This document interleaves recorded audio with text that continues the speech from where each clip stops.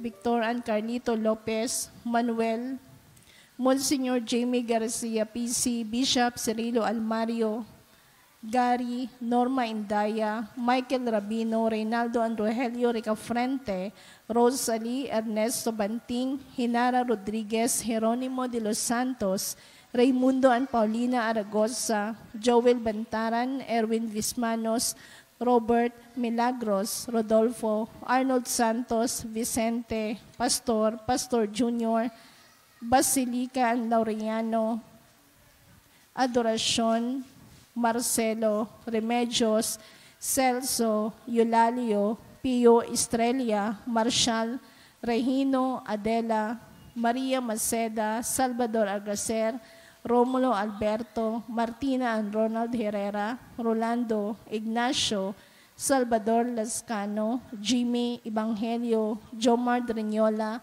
at Aldrich J. Duico, at ang mga kaluluwa ng dating naglilingkod sa ating simbahan, para sa lahat ng kaluluwa alay ni Grace Beno.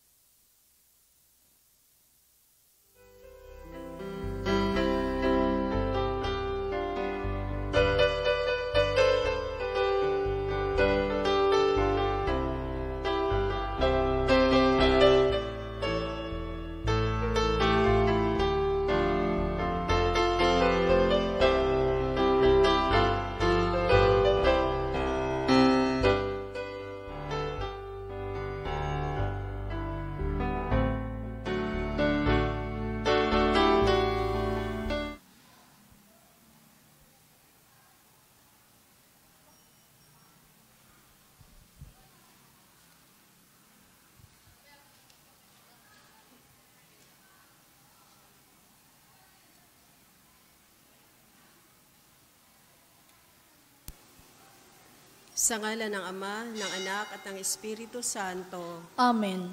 Ang anghel ng Panginoon ay nabalita kay Santa Maria. At siya'y naglihilalang na Espiritu Santo. Aba, Ginoong Maria, napupuno ka ng grasya. Ang Panginoong Diyos ay sumasa iyo. Bukod kang pinagpala sa babaing lahat, at pinagpala naman ang iyong anak na si Jesus. Santa Maria, Ina ng Diyos, panalangin mo kaming makasalanan, ngayon at kung kami mamamatay. Amen. Narito ang alipin ng Panginoon. Maganap nawa sa akin ang ayon sa wika mo. Aba, Ginoong Maria, napupuno ka ng grasya. Ang Panginoong Diyos ay sumasa iyo. Bukod kang pinagpala sa babaing lahat, at pinagpala naman ang iyong anak na si Jesus. Santa Maria, Ina ng Diyos, panalangin mo kaming makasalanan, ngayon at kung kami mamamatay. Amen. At ang salita ay nagkatawang tao. At nakipamuhay sa atin. Aba, Ginoong Maria, napupuno ka ng grasya. Ang Panginoong Diyos ay sumasa iyo. Bukod kang pinagpala sa babaing lahat, at pinagpala naman ang iyong anak na si Jesus. Santa Maria, Ina ng Diyos, panalangin mo kaming makasalanan, ngayon at kung kami mamamatay. Amen. Ipanalangin mo kami, O Santa na Ina ng Diyos, nang kami maging dapat makinabang sa mga pangako ni Kristo. Manalangin tayo.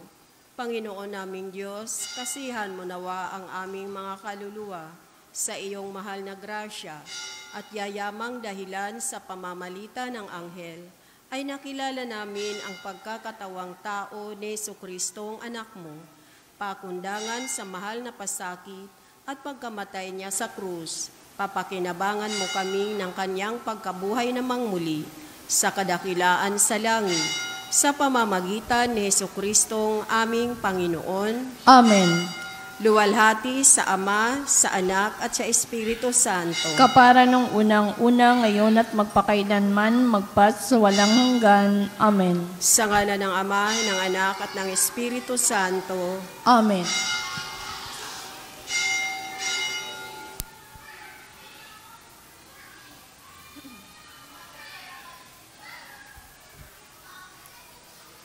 At ang mamumuno po sa ating banal na pagdiriwang ngayon ay ang atin pong puting paring panauhin, Reverend Father Renz Hernandez.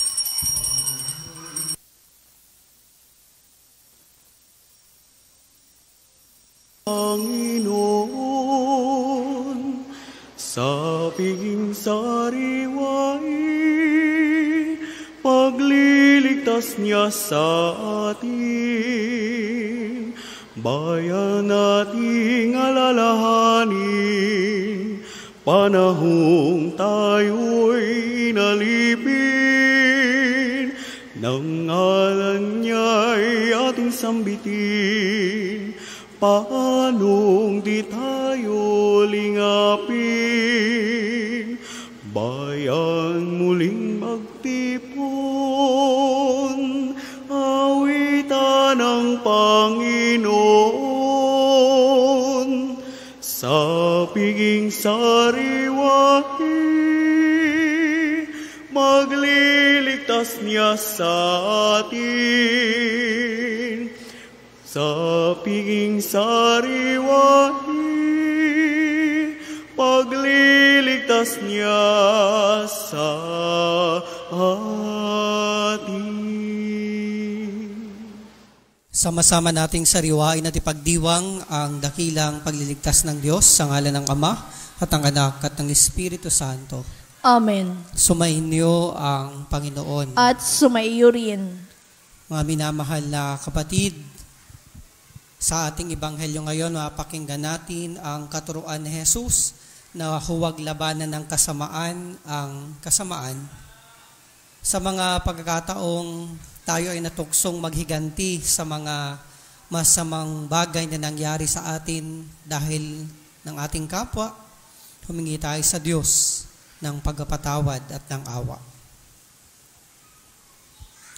Sinugong tagapagpagaling ng mga nagsisisi, Panginoon, kaawaan mo kami. Panginoon, kaawaan mo kami. Naparito ka upang tawagin ang makasalanan para magsisi, Kristo, kaawaan mo kami. Kristo, kaawaan mo kami. Nakaluklok ka sa kanan ng Ama upang ipanalangin kami, Panginoon, kaawaan mo kami. Panginoon, kaawaan mo kami. Kaawaan tayo ng makapangyarihang Diyos, patawarin sa ating mga kasalanan at patnubayan tayo sa buhay na walang hanggan. Amen. Manalangin tayo. Ama naming makapangyarihan, lakas ka ng mga walang inaasahan kundi ikaw. Ang pagluhog namin ay iyong pagbigyan sapagat kami may mga tao lamang na pawang mahihina kapag iyong iniwanan. Kaya naman kami lagi mong tulungan upang sa pagtupad ng iyong mga kautusan, ikaw ay aming mabigyang kasiyahan sa aming iniisip at ginagawa araw-araw. Sa pamamagitan ni Jesucristo kasama ng Espiritu Santo, magpa sa walang hanggan. Amen. Umupo ang lahat.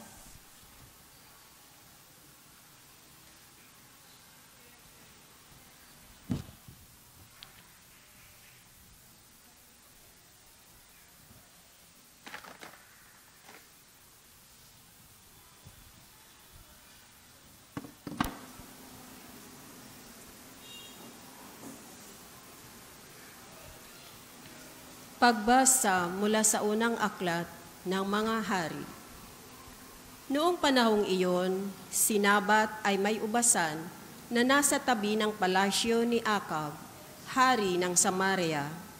Nagustuhan ni Akab ang ubasan, kaya't sinabi niya kay Nabat, "Ibigay mo na sa akin ang iyong ubasan at gagawin kong taniman ng gulay pagkat malapit sa aking palasyo. Papalitan ko ng mas mainam na ubasan o babayaran sa iyo." Ngunit ganito ang naging sagot ni Nabat, "Patawarin ako ng Panginoon, ngunit hindi ko po maibibigay sa inyo ang pamana sa akin ng aking mga ninuno." Umuwi si Akab na malungkot at masama ang loob dahil sa sagot ni Nabat. Nagkulong siya sa kanyang silid, ngunit hindi makausap at ayaw kumain. Nilapitan siya ni Reyna Jezebel at tinanong, "Ano ba ang isinasama ng loob mo at di ka makakain?" Sumagot ang hari, "Kinausap ko si Nabat na taga Jezreel at inalok ko siyang papalitan o babayaran ang kanyang ubasan. Ngunit tinanggihan ako at ang sabi hindi raw niya maaaring ibigay sa akin ang kanyang ubasan." Wika sa kanya ni Jezebel, "Halika, kumain ka at huwag ka nang malungkot. Iririgalo ko sa iyo ang ubasan ni Nabat." Gumawa ang reyna ng ilang sulat sa ngalan ng hari, tinatakan ng pantatak ng hari, at ipinadala sa mga matatanda at namumuno sa lungsod na tinitirahan ni Nabat. Ganito ang sabi niya sa sulat, "Ipag-utos ninyo ang isang pangkalahatang pag-aayuno. Patayuin ninyo si Nabat sa harapan ng karamihan. Kumuha kayo ng 2 upahang saksi na maghaharap ng ganitong sumbong laban sa kanya."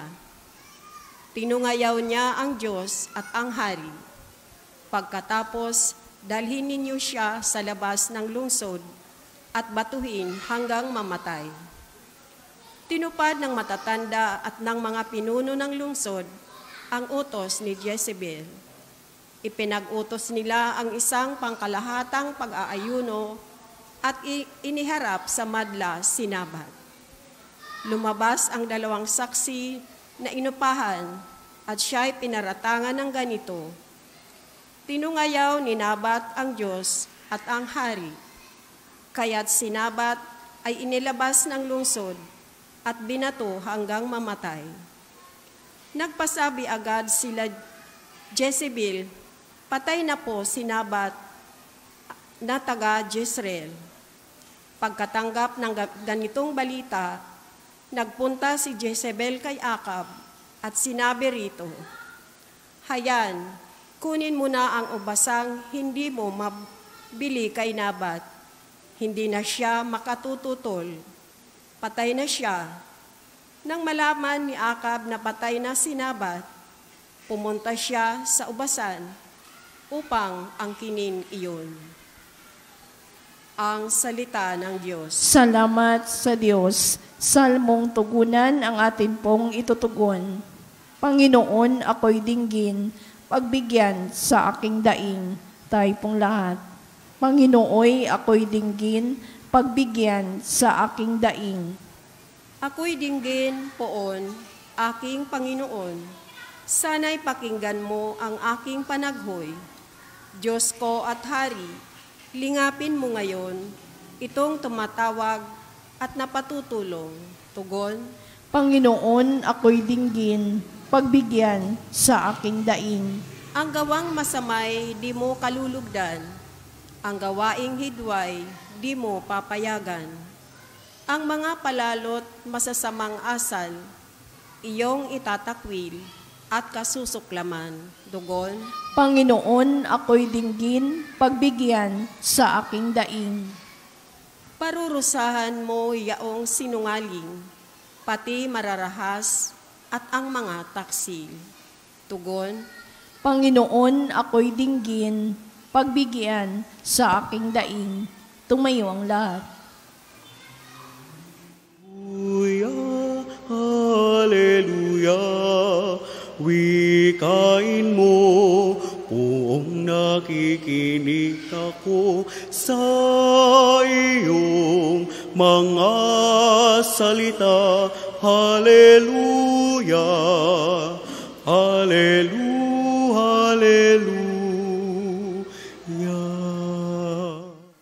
Sumainyo ang Panginoon. At sumaiyo rin. Ang mabuting balita ng Panginoon ayon kay San Mateo. Papuri sa iyo, Panginoon. Noong panahong iyon, sinabi ni Jesus sa kanyang mga alagad, narinig ninyo na sinabi, mata sa mata at ngipin sa ngipin. Ngunit ngayoy sinasabi ko sa inyo, huwag ninyong labanan ang masamang tao. Kung may sumampal sa inyo sa kanang pisngi, iharap mo pa sa kanya ang kabila. Kung ipagsakdal ka nino man upang makuhang iyong baro, ibigay mo sa kanya pati ang iyong balabal. Kung sapilitang ipapasan sa iyo ng manlulupig ang kanyang daladala ng 1 kilometro, pasanin mo ito ng 2 kilometro. Magbigay ka sa nanghihingi sa iyo at huwag mong pahindian ang nanghihiram sa iyo. Mga minamahal na kapatid, ang mabuting balita ng Panginoon. Pinupuri ka namin, Panginoong Jesucristo. Magandang gabi at magandang buhay po sa ating lahat. Napakinggan po natin sa Ebanghelyo ngayon ang sinaunang kautosang Hudyo tungkol sa paghihiganti. Ito yung tinatawag na lex taliones or the law of talion. An eye for an eye, a tooth for a tooth. Mata sa mata at ngipin sa ngipin. Ano po ang ibig sabihin itong ganitong kautosan? Ito pong kautosang ito ay nagsasaad na kung anumang masamang ginawa sa iyo ng iyong kapwa, meron kang karapatang gawin din ito sa kanya bilang paghihiganti. Ito yung sense of justice noong panahong iyon.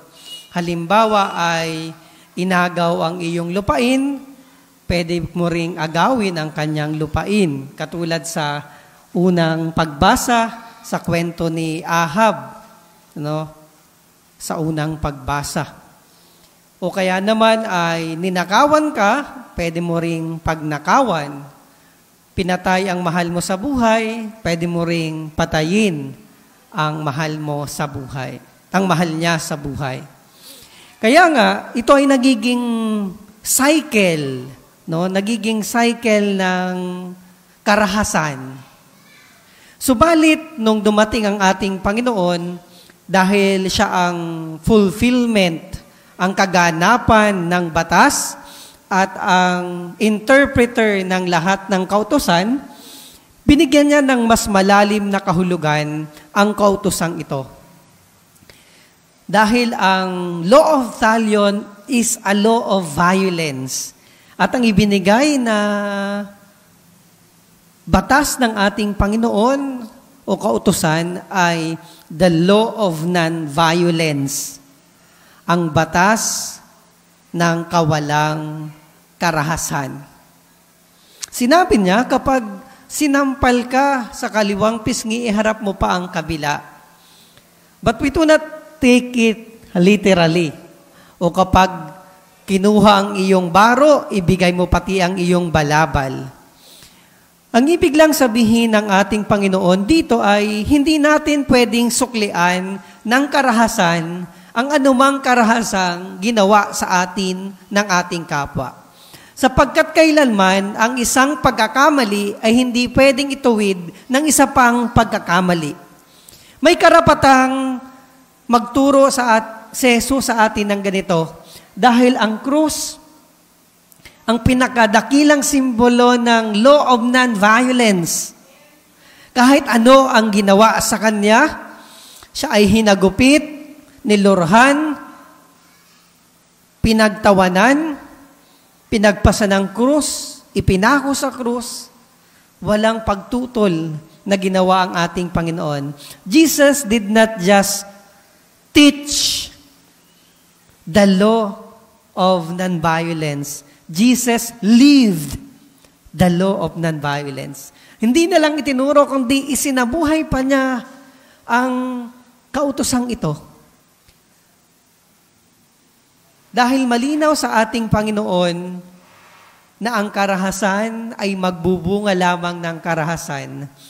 Violence begets violence. At ang pinakamainam na panlaban sa karahasan ay hindi karahasan, kundi kabutihan. Tayo bilang tao, humans as we are, natutokso rin tayo na kapag kung ano yung ginawa sa atin, agad tayong bumabawi. Gusto natin makaganti, gusto natin makabawi.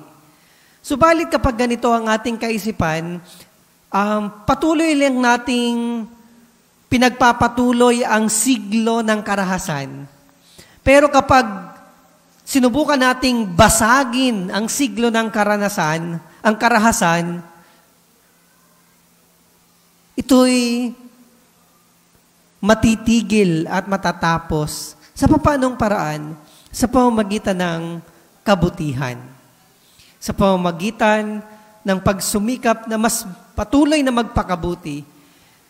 Sabi nga ng ating Panginoon sa Ebanghelyo, mahalin mo ang iyong kaaway at ipanalangin mo ang mga umuusig sa iyo. And that's the best approach to violence. Pinatunayan ito ng maraming tao sa kasaysayan. Pinatunayan ito ni Mahatma Gandhi. Pinatunayan ito ng EDSA Revolution 1.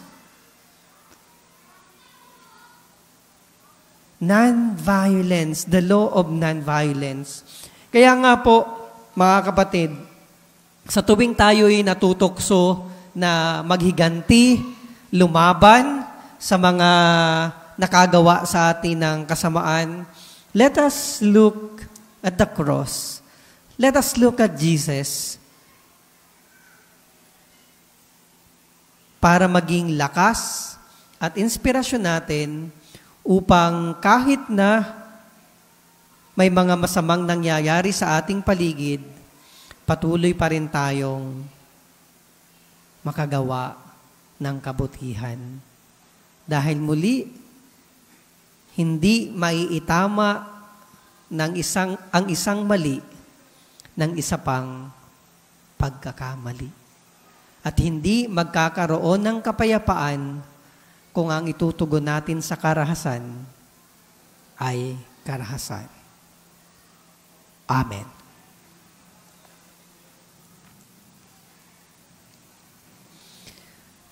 Napakabuti sa atin ng ating mapagmahal na Ama. Manalangin tayo sa Kanyang mahabaging pag-ibig na nagbunsod ng ating mabuting pakikitungo sa kapwa.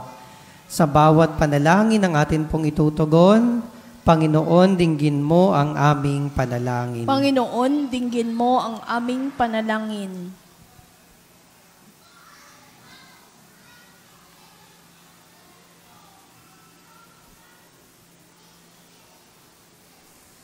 Bilang bayan ng Diyos, naway maisabuhay natin ang batas ng pag-ibig ni Kristo.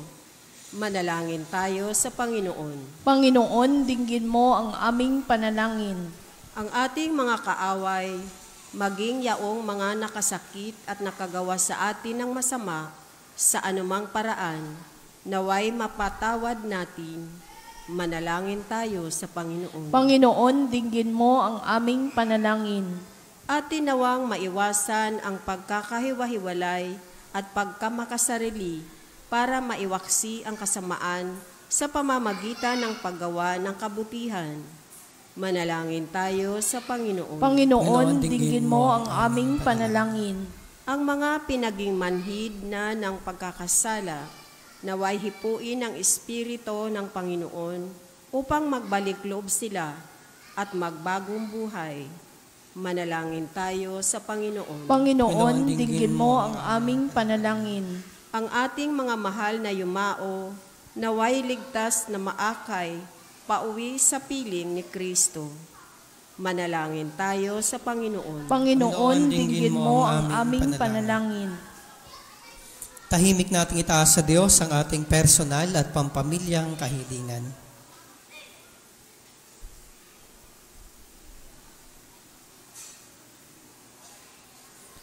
Ang lahat ng ito po, Ama, ay aming samot dalangin sa ngalan ni Kristong aming Panginoon.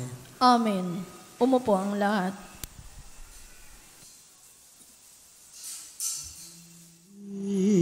Natanggapin ang alay na ito, mga biyayang nagmula sa pagpapala mo, tanda ng bawat puso, pagkat inibig mo, ngayoy nananalig, nagmamahal sa'yo. Tinapay na nagmula sa butil ng trigo, pagkaing nagbibigay ng buhay mo, at alak na nagmula sa isang tangkay ng ubas, inuming nagbibigay lakas.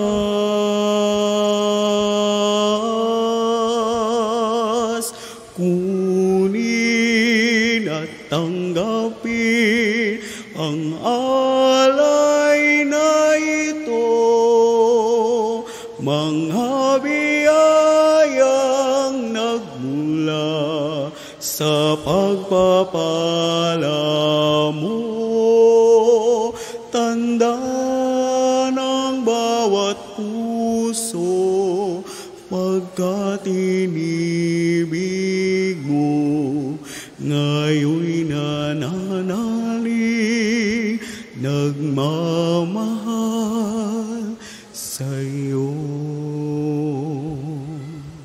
Manalangin kayo mga kapatid upang ating mga handog ay maging kalugod-lugod sa Diyos amang makapangyarihan. Tanggapin nawa ng Panginoon itong paghahain sa iyong mga kamay, sa kapurihan niya at karangalan sa ating kapakinabangan at sa buong sambayanan niyang banal. Ama naming lumikha, kami ginawa mong may angking katauhan na dapat pakanin at pangalagaan. At iyong dinudulutan ng banal na pakikinabang. Ipagkaloob mong kami huwag magkulang sa mga inuukol mo sa aming kapakanan. Sa pamamagitan ni Jesucristo kasama ng Espiritu Santo, magpas sa walang hanggan. Amen. Sumainyo ang Panginoon. At sumaiyo rin. Itaas sa Diyos ang inyong puso at diwa. Itinaas na namin sa Panginoon. Pasalamatan natin ang Panginoong ating Diyos. Marapat na siya ay pasalamatan. Ama naming makapangyarihan, tunay ngang marapat na ikaw ay aming pasalamatan. Ikanalugod mong likain ang sanlibutan na iyong pinagbabago at idinarangal. Sa pamamagitan ng iyong anak na kinalulugdan, kaya't utang na loob ng iyong mga itinatagi at ng mga banal na kapiling mong lagi, ang iyong paggiliw at pagkakandili. Kaya kaisa ng mga anghel na nagsisiawit ng papuri sa iyo nang walang humpay sa kalangitan, kami nagbubunyi sa iyong kadakilaan. Santo, Santo, Santo, Panginoong Diyos ng mga hukbo, napupuno ang langit at lupa ng kadakilaan mo. Hosana sa kaitaasan, pinagpala ang naparirito sa ngalan ng Panginoon. Hosana sa kaitaasan. Ama naming banal, ikaw ang bukal ng tanang kabanalan. Kaya't sa pamamagitan ng iyong Espiritu, gawin mong banal ang mga kaloob na ito, upang para sa amin maging katawan at dugo ng aming Panginoong Hesukristo. Bago niya pinagtiis ang kusang loob na maging handog, hinawakan niya ang tinapay. Pinasalamatan kaniya, pinaghati-hati niya iyon, iniabot sa kanyang mga alagad at sinabi, "Tanggapin ninyong lahat ito at kanin, ito ang aking katawan na ihahandog para sa inyo."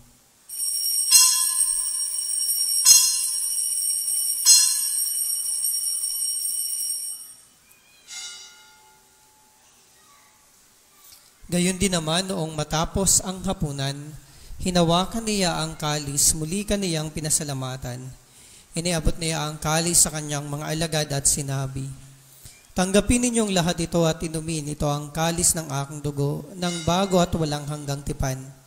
Ang aking dugo na ibubuhos para sa inyo at para sa lahat sa ikapagpapatawad ng mga kasalanan. Gawin ninyo ito sa pag-alala sa akin."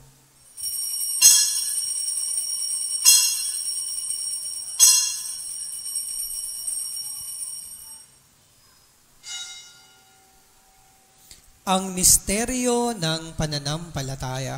Si Kristo'y namatay, si Kristo'y nabuhay, si Kristo'y babalik sa wakas ng panahon. Ginagawa po namin ngayon, Ama, ang pag-alaala sa pagkamatay at muling pagkabuhay ng iyong anak. Kaya tiniaalay namin sa iyo ang tinapay na nagbibigay buhay at ang kalis na nagkakaloob ng kaligtasan.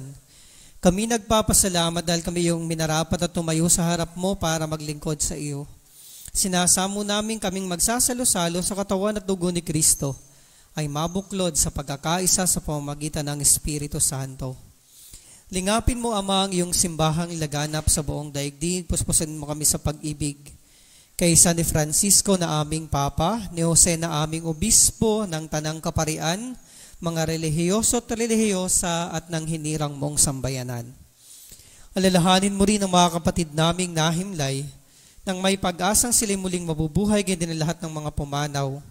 Kaawaan mo sila at patuloyin sa iyong kaliwanagan. Kaawaan mo at pagindapatin kaming lahat na makasalo sa iyong buhay na walang wakas. Kaisa ng mahal na Berheng Maria na ina ng Diyos, ni San Jose na kabiyak ng kanyang puso. Kaisa ng mga apostol at ng lahat ng mga banal na namuhay dito sa daigdig ng kalugod-lugod sa iyo. May pagdiwang nawa namin ang pagpupuri sa ikararangal mo sa pamamagitan ng iyong anak na aming Panginoong Hesukristo. Sa pamamagitan ni Kristo, kasama niya at sa Kanya, ang lahat ng parangal at papuri ay sa iyo, Diyos Amang makapangyarihan, kasama ng Espiritu Santo, magpa sa walang hanggan. Amen. Buong pananalig po nating awitin ang panalangin ng mga anak ng Diyos. Ama namin, sumasalangit ka, sambahin ang ngalan mo, mapasa amin ang kaharian mo, sundin ang loob mo, dito sa lupa para ng sa langit. Bigyan mo po kami ngayon ng aming kakanin sa araw-araw at patawarin mo kami sa aming mga sala, para ng pagpapatawad namin sa nagkakasala sa amin, at huwag mo kaming ipahintulot sa tukso, at Iyadya mo kami sa lahat ng masama. Hinihiling namin kami adya sa lahat ng masama, pagkalooban ng kapayapaan araw-araw, iligtas sa kasalanan at ilayo sa lahat ng kapahamakan, samantalang aming pinananabikan ang dakilang araw ng pagpapahayag ng tagapagligtas naming si Jesucristo. Sapagkat iyo ang kaharian at ang kapangyarihan at ang kapurihan magpakailanman. Amen. Panginoong Jesucristo, sinabi mo sa iyong mga apostol, kapayapaan ang iniiwan ko sa inyo, ang aking kapayapaan ang ibinibigay ko sa inyo. Tunghayan mo ang aming pananampalataya at huwag ang aming mga pagkakasala. Pagkalooban mo kami ng kapayapaan at pagkakaisa ayon sa iyong kalooban, kasama ng Espiritu Santo, magpa sa walang hanggan. Amen. Ang kapayapaan ng Panginoon naway laging sumainyo. At sumaiyo rin. Magbigayan kayo at maghangad ng kapayapaan sa isa't isa. Peace be with you. Kapayapaan po sa ating lahat. Peace be with you. Kordero ng Diyos na nag-aalis ng mga kasalanan ng sanlibutan, maawa ka sa amin. Kordero ng Diyos na nag-aalis ng mga kasalanan ng sanlibutan, maawa ka sa amin. Kordero ng Diyos na nag-aalis ng mga kasalanan ng sanlibutan, ipagkaloob mo sa amin ang kapayapaan.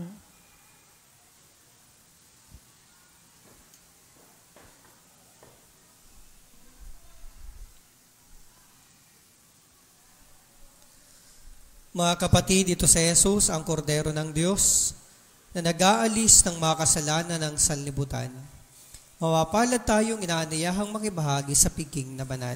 Panginoon, hindi ako karapat-dapat na magpatuloy sa iyo, ngunit sa isang salita mo lamang ay gagaling na ako. Pagsanggalang nawa tayo ng katawan at dugo ni Kristo para sa buhay na walang hanggan. Amen.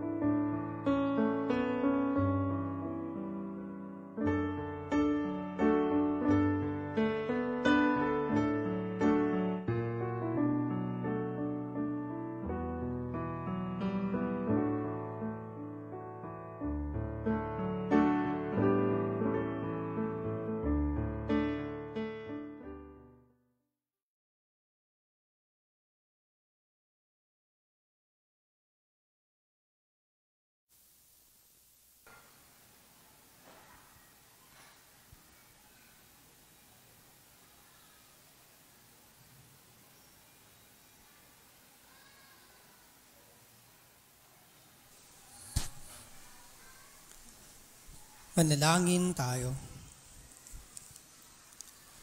Ama naming mapagmahal, ang pinagsaluhan naming banal na pakinabang na nagpapahiwatig ng iyong pakikisa ng tanang naritong nakikipagdiwang ay magdulot nawa ng pagkakaisa sa iyong sambayanan sa pamamagitan ni Jesucristo kasama ng Espiritu Santo magpasawalang hanggan. Amen. Sumainyo ang Panginoon. At sumaiyo rin. Kataway ingata at pagpalain ka ng isang mapagmahal at makapangyarihang Diyos, Ama at Anak at Espiritu Santo. Amen. Humayo kayong mapayapa upang ang Diyos ay mahalin at paglingkuran. Salamat sa Diyos. Ayun at ipahayag, Kanyang pagkalingat habag, isabuhay pag-ibig at katarungan, tanda ng Kanyang kaharian. Sa panahong tigang ang lupa, sa panahon ng ani sagana, sa panahon ng digmaan at kaguluhan, sa panahon ng kapayapaan.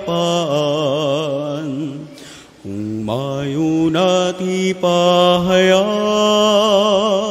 Kanyang pagkalingat habag, isabuhay pag-ibig at katarungan, tanda ng Kanyang kaharian.